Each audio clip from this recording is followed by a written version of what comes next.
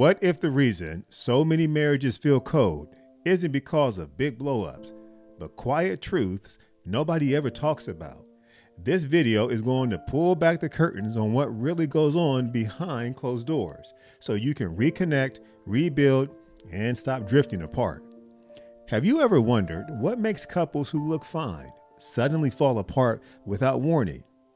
After working with hundreds of couples and reflecting deeply on my own journey, I found that the truth is rarely what you think it is, and often what you feel but don't say.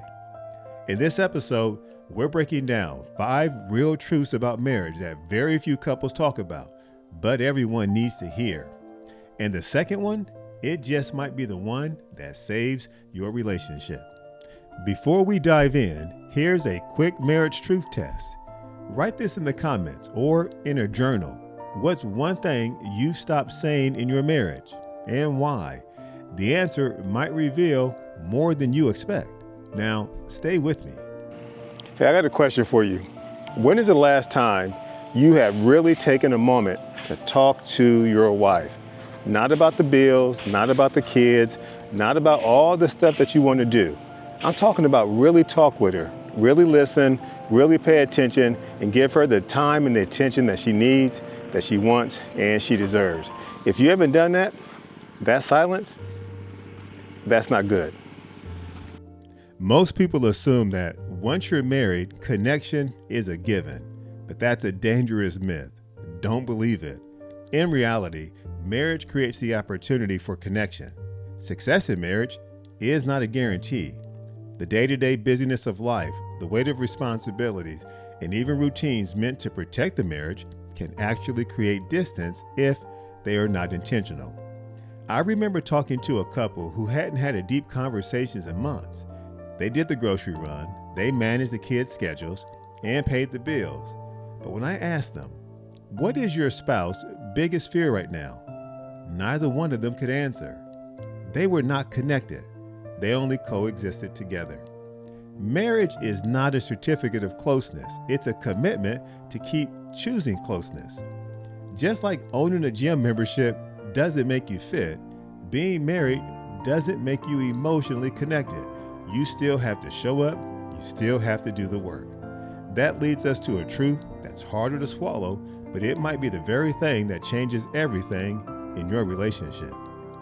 This one is going to hit hard, so sit down, embrace yourself, and take it like a man, because the truth is, what you do in private always shows up in public eventually.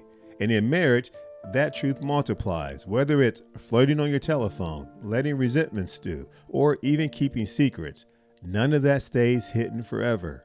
There's a verse in the Bible that says God hates a divorcing because he sees the wreckage it causes, the pain, the betrayal, the trust that is torn apart. And even if no one else sees it at first, you will reap what you sow. Maybe not today, but I guarantee you it will come. I once heard a story of a man who said, I didn't leave my wife when I cheated. I left her when I stopped being honest. The cheating was just the result. That's the truth that most people avoid.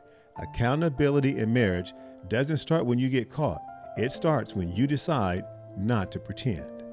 In the age of social media and picture-perfect relationships, comparison is a sneaky marriage killer. You see somebody else's anniversary post or surprise date night and suddenly feel like your relationship is boring, broken, or behind. But here's the truth. Comparison will always lie. You don't see their arguments. You don't see their therapy sessions. You don't see the nights when they sleep back to back.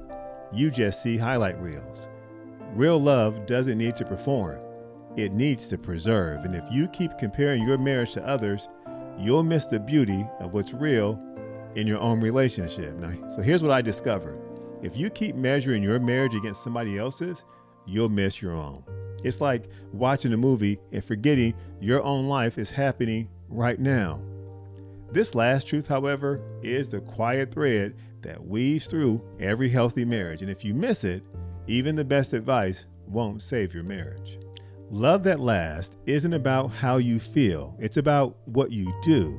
Feelings fade, attraction changes, but choices build legacy. One husband told me, I stopped loving my wife. But the truth was, he stopped serving her. He stopped listening. He stopped showing up, and the feeling left because the fuel stopped.